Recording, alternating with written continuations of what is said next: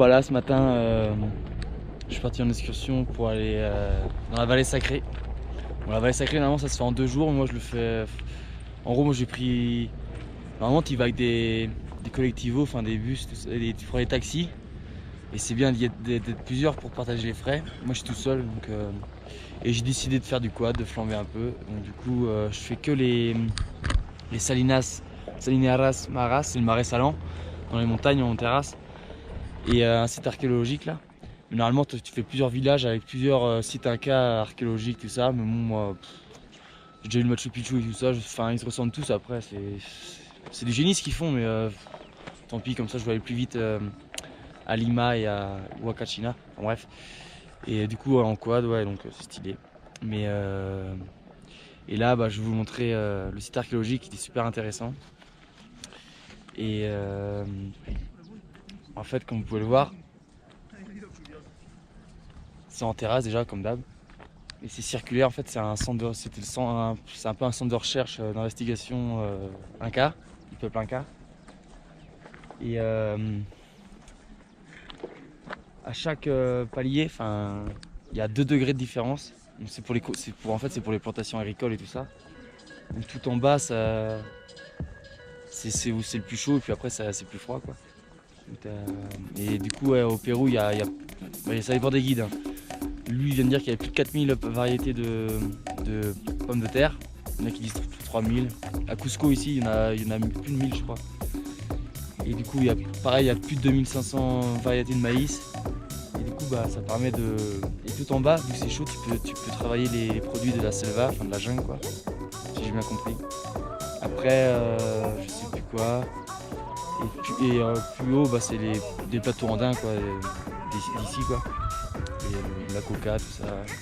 C'est un truc de malade. Ouais. C'est un truc de malade comment c'est fait quoi.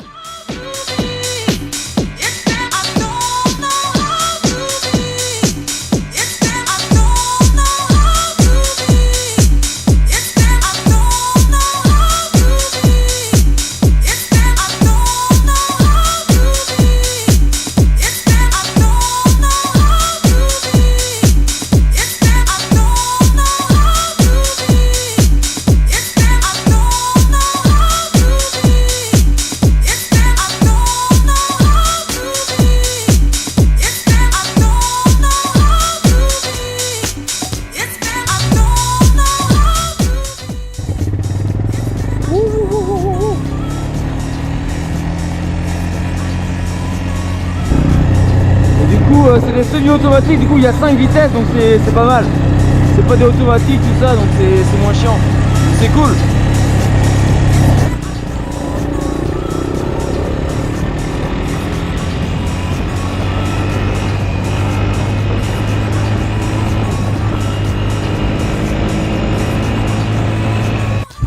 Et du coup on est que 2 quads donc avec le guide donc ça fait 3. Moi je me mets derrière et comme ça je peux mettre les gaz foncer quoi, parce que sinon je suis tout le temps derrière le guide, c'est relou. Je suis un peu libre.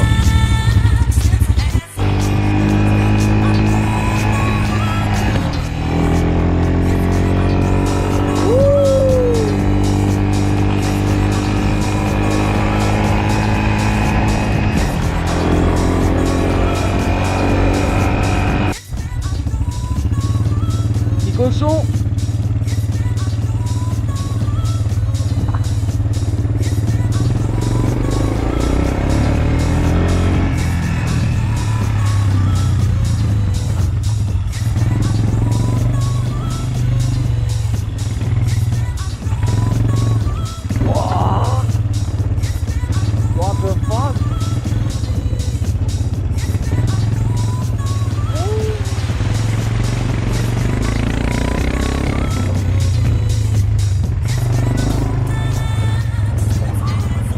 Vous êtes prêts? Parti.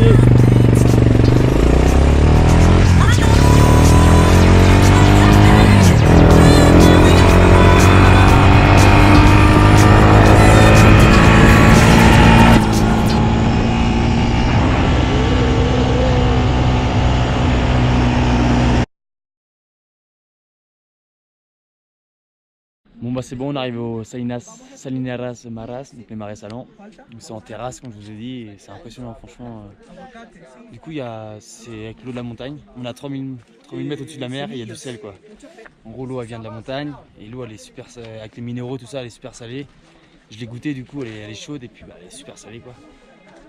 Et selon les étages, il y a 3 types de sel. Il y a du sel un peu rouge, c'est avec tous les minéraux et tout ça, c'est fait pour la médecine et tout ça, je vais pas rentrer dans les détails. Après il y a la fleur de sel, et sinon il y a le sel un peu plus riche quoi, pour les restaurants, tout ça de Cusco, tout ça, pour les restaurants. Ouais. Voilà. C'est assez impressionnant, franchement. Puis après je vais pas rentrer dans les détails, hein, mais... Et ouais, j'ai de la chance parce que j'ai vu une photo il y a une semaine de gens que j'ai rencontrés dans le voyage. Eux c'était tout marron, il n'y avait pas de blanc, il n'y avait pas de sel.